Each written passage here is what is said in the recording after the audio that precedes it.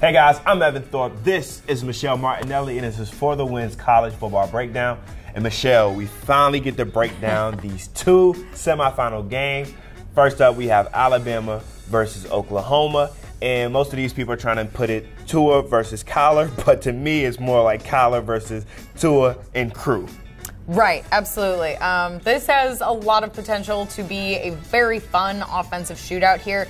These two offenses are very similar to each other. Both are scoring between 47 and 49 points a game. They're both averaging well above 500 yards per game. And like you said, their passing offense is led by two Heisman finalists in Oklahoma quarterback and Heisman winner, Kyler Murray, and Tua Tagovailoa, a Heisman finalist from Alabama. Statistically, Oklahoma has the #1 offense in the nation. Alabama has the #5 offense.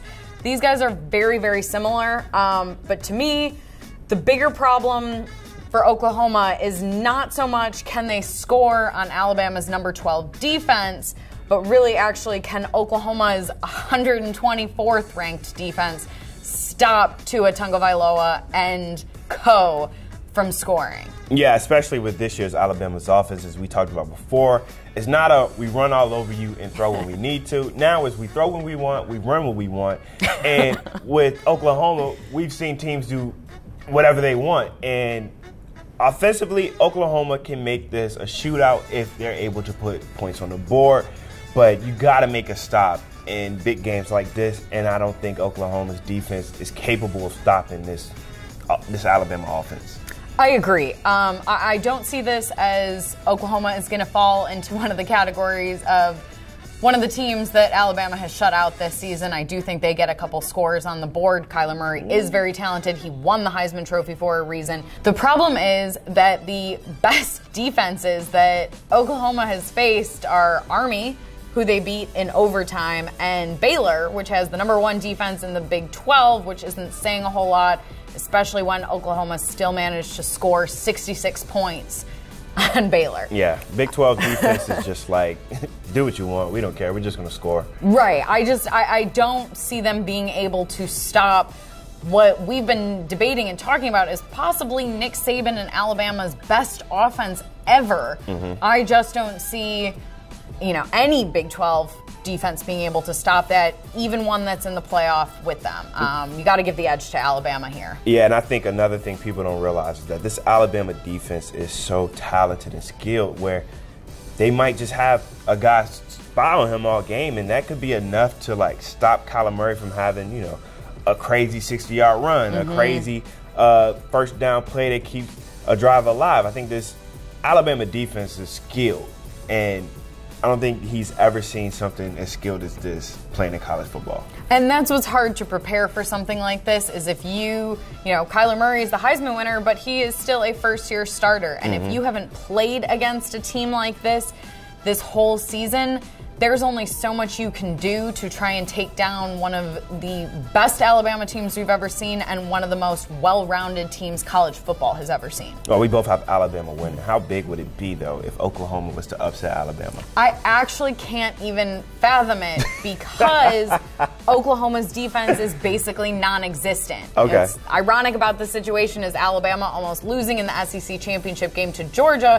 is that knocks Georgia out of playoff contention when they're probably the only team, on paper at least, that could stop Alabama. All right, next game, we're going to talk about the Notre Dame versus Clemson Final Four matchup.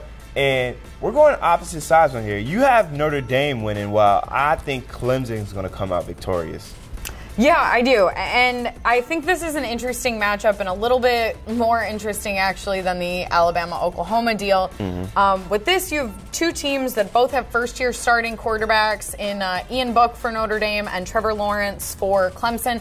They both took over early in the seasons and proved that they deserved the starting job over their counterparts. And they're both having a relatively similar season. Ian Book is averaging 265 yards a game. Trevor Lawrence is averaging 270.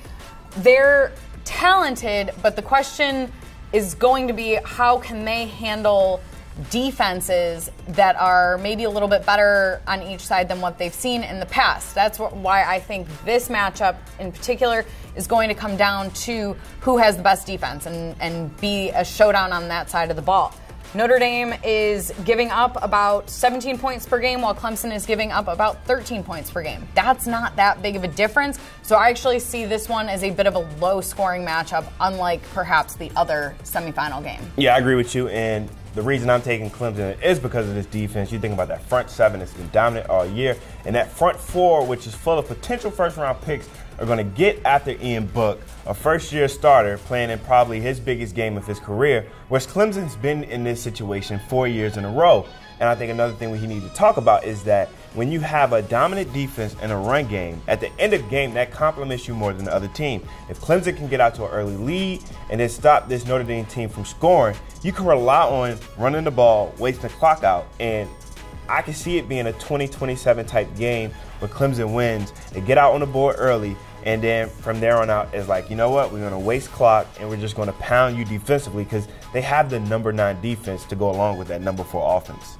And that's entirely possible, but that's not to say that just because Notre Dame's defense isn't in the top 10 like Clemson's means it's bad. They're still the number 19 defense in the nation, and I just think Notre Dame has played a little bit more of a difficult schedule than Clemson, and that's where I think Trevor Lawrence's inexperience as a quarterback is going to show. You still have a very strong run game from Clemson, but beating up on a weaker ACC conference this season, I just don't think has prepared Clemson perhaps the way it should be prepared for a playoff game like this. Now, that's not to say that Clemson's bad or that they don't deserve to be in the playoff, because they absolutely do.